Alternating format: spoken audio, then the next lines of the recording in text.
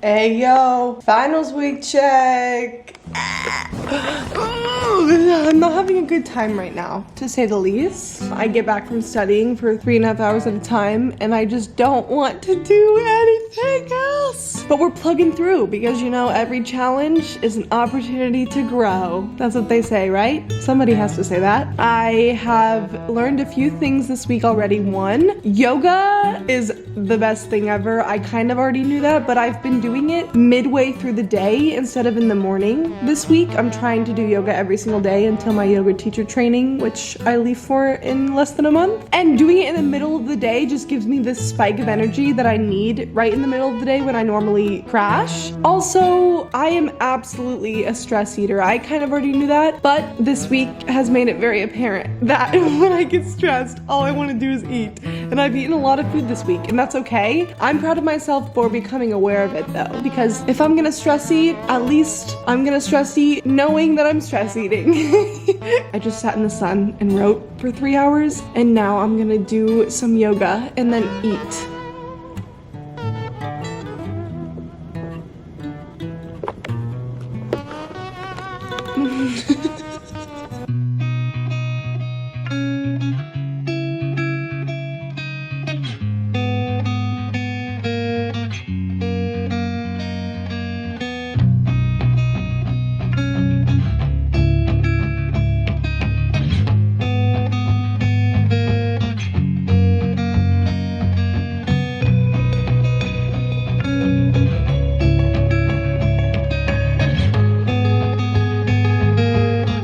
My camera died like 5 minutes into that. It was a cool idea though, to film myself doing yoga. I don't think you can tell right now, but I was sweating so hard. I was not expecting to sweat that much. I'm wearing my outfit. I didn't even put on like full workout clothes because I was like, oh, I'm just gonna do a little 30-minute flow. It won't be too hard. But that's the thing about yoga, is you can't go into it with any expectations. My camera died and I was so hot, partially because it's 100 degrees in my apartment, but I feel good. It's really important to take note of the activities that you do that drain you and the activities that you do that give you energy, and it's really important to find a good balance between those things so you don't feel drained all the time. I've definitely been a little out of balance this week with finals, but on a normal basis I make sure that I'm balancing those two out so that I'm not exhausted all the time. I don't know if this happens to anyone else, but my cheeks always slightly puff up every time I eat, and I looked it up and it was like, high sodium foods can do that to you. But I will eat a meal that has actually no salt and it will happen. It's okay if my cheeks are puffy, but I'm just so curious why it happens, you know? I forgot that I moved my...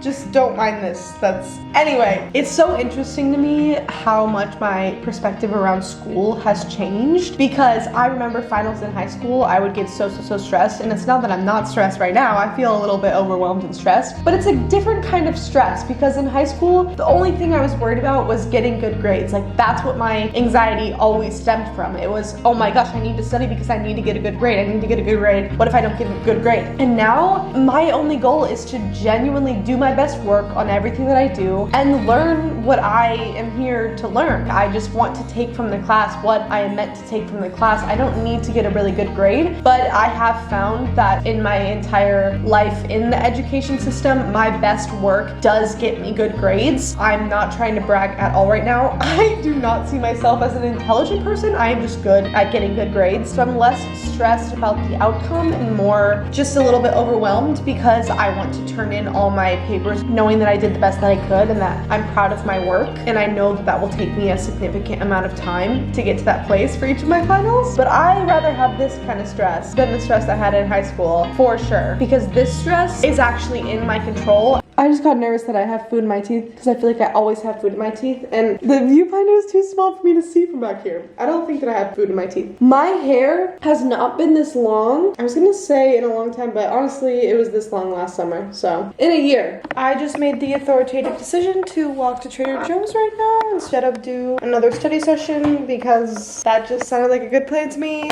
Would you like to come with me? You wanna sit here? Come on, it'll be fun. I don't wanna go alone.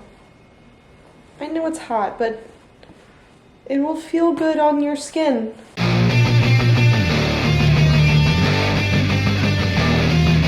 The other day I found this pizza crust. I have not had pizza since 2019 when I got diagnosed with my allergies because I'm allergic to even dietary modified pizza. I can't have it. But I found this crust and I decided that I would make a sauce pizza because I don't have cheese that I can eat, but we can just put some sauce and some veggies on it. I don't know. I think it would be a fun activity because I'm a little tapped out of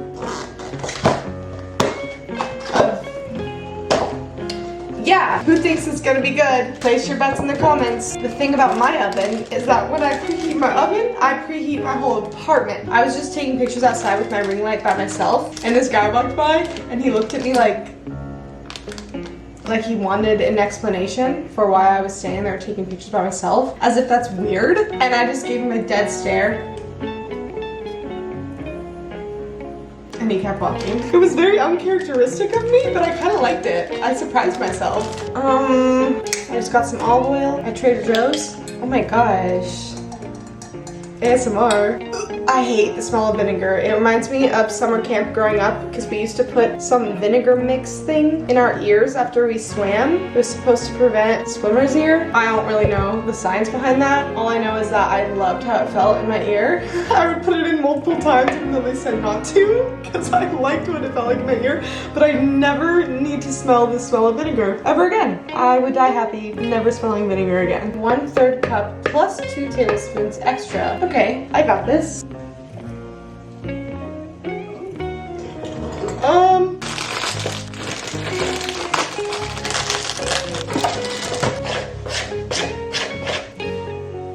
Oh my gosh, it actually smells like pizza. This is making me so excited. I was trying to come into it with no expectations, and it smells so good. Oh my gosh, I'm getting so excited now. What do I do now?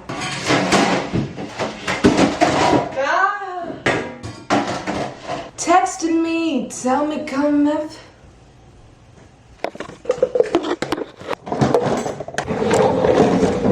You still can't see. Cool.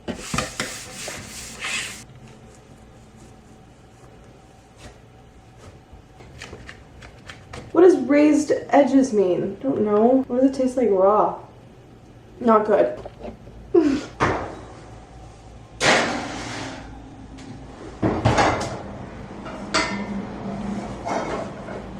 Guys, this is a serious question, and don't ask me if I'm okay because the answer is no. Why won't the black come out of this pan? And is it bad if I keep cooking on it? Because I will scrub that thing until my arm is freaking numb and it won't not come out. But I don't have another pan other than that tiny one. So I'm gonna cook on this.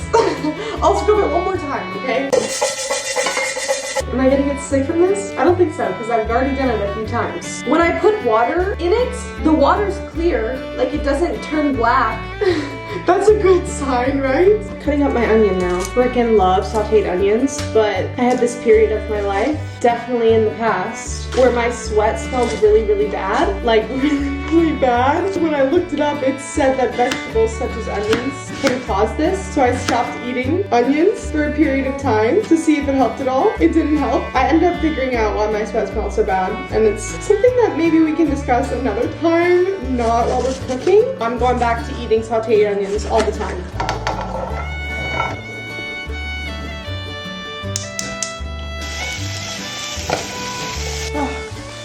Is it bad to cook on a pan that's black? It's not harmful, but it will give your food more of a charred taste when you're frying and could cause it to stick. Some people love the extra layer of flavor though. We're chilling. We're chilling. Awesome. Oh.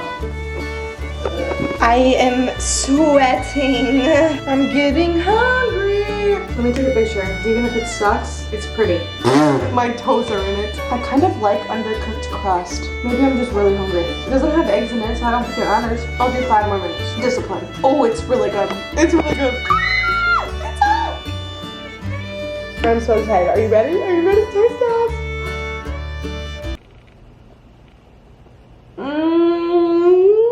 I'm gonna cry. cry. I'm gonna cry. This needs to become a monthly thing. I would say weekly, but the dough is kind of expensive. I really want to branch out and try to find more recipes with foods that I can eat, because I definitely get stuck in the rut of eating the same foods every single day, which I love, because all the foods that I eat I really enjoy, but I think it's easier to feel like I'm restricted because of my allergies when I am eating the same thing every single day. So I need to branch out. My battery is dying, but I'm gonna finish this pizza and then we'll catch up. I told you, my face pops up after I eat. Why does that happen? Someone explain it to me.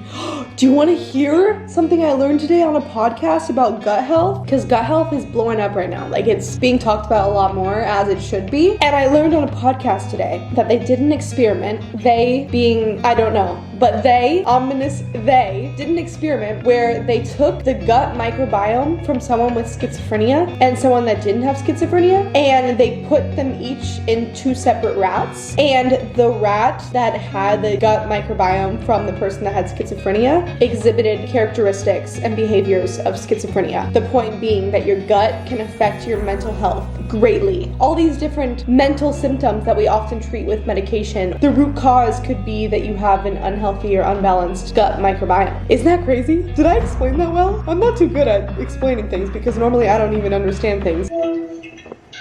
Bro, no.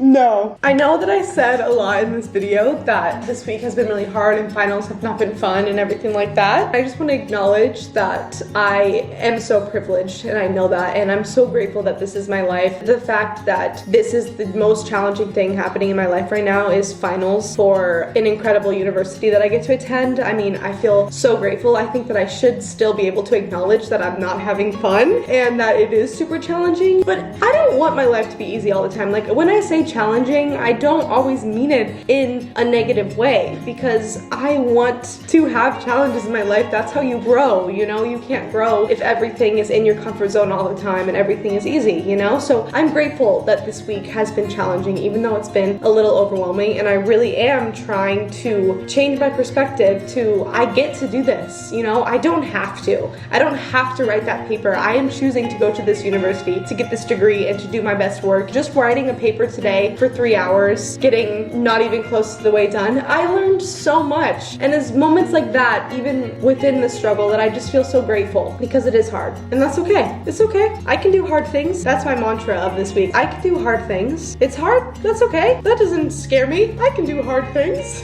This is how much I have left of my pizza. I got full, I guess. This is what I do at night. Karaoke by myself. The mountain